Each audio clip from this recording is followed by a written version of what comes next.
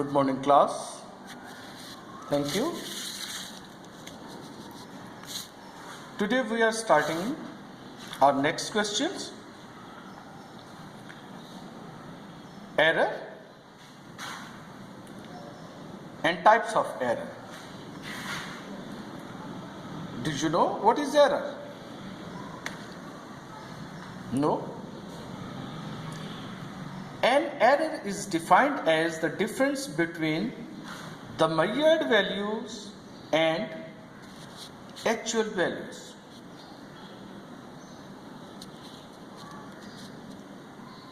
Do you know measured value mean?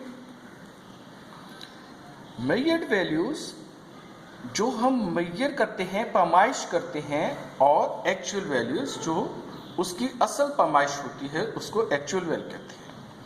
उन दोनों के बीच में जो डिफरेंस होता है उसको क्या कहते हैं? एरर कहते हैं। और हमारे पास 3 टाइप की एरर्स हैं, और 3 टाइप की एरर्स जो हैं वो आप देख रहे हैं: पर्सनल एरर, रैंडम एरर और सिस्टमैटिक एरर। अब आप पर्सनल एरर लफ्ज से ही पहचान रहे हैं कि पर्सनल एरर क्या है। Personal error can arise due to making a mistake in reading a scale. In order to record a reading from a scale, you have to line up the object you are measuring with the scale and hold your eyes in one particular position for making a correct observation. इसका मतलब है कि जब कोई शख्स एक reading लेता है तो वो उसमें मिस्टेक करता है, और वो मिस्टेक किस तरह से करता है कि वो जिस स्केल से उसकी रीडिंग ले रहा है वो उसकी सही तरीके से पैमाइश नहीं करता है। वो अपनी आई को उस पॉइंट पे, उस लाइन पे नहीं रख पाता है जो वो रीडिंग लेता है। इस तरह से वो एरर करता है, या वो रीडिंग ज्यादा लेता है या वो रीडिंग कम लेता है उस ऑब्जर्वेशन को लेने के लिए। तो इसको क्या कहा जाता है? Personal error. उसके बाद systematic error. This error is due to a fault in the measuring instrument and is usually called zero error, which may be positive or negative. Systemic error से मतलब है सिस्टम में कोई फॉल्ट होता है, और सिस्टम का मतलब क्या है?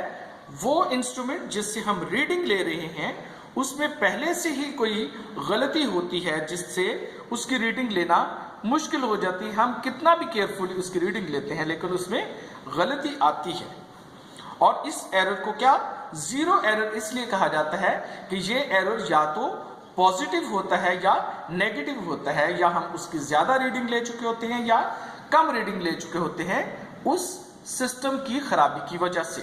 तो इसको क्या कहा जाता है? Systematic error. And third one is random error. This error is called accidental error.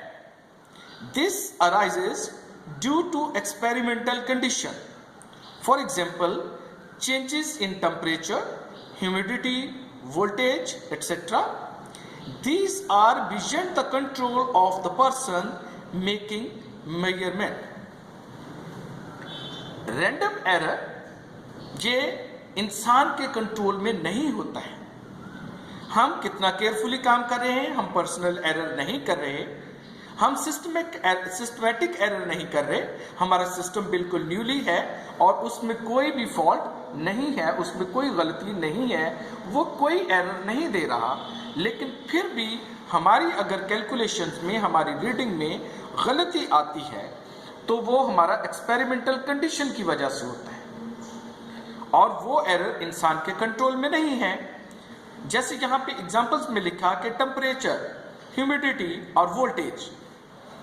एक एक्सपेरिमेंट परफॉर्म करने के लिए हमें अगर टेम्परेचर की जरूरत नहीं, और अगर अचानक से टेम्परेचर रेज हो जाए, या ह्यूमिडिटी की जरूरत नहीं और ह्यूमिडिटी हो जाए, और वोल्टेज कम या ज्यादा हो जाए तो वो एक्सपेरिमेंट जो हम परफॉर्म कर रहे हैं उसमें जो गलती आती है उसको क्या कहते हैं, रैंडम एरर कहते हैं, और ये इंसान के कंट्रोल में नहीं होता, इसको क्या कहा जाता है, रैंडम एरर। और प्लीज स्टूडेंट्स, पहले लेसन में मैं नहीं कह पाया कि पहले ये आपने ये होल क्वेश्चन जितने भी अभी तक आपको लेसन्स मिल रहे हैं, all questions you have to note on your right book notebook and then learn it, then you will submit in the school and then I will check it again. Thank you.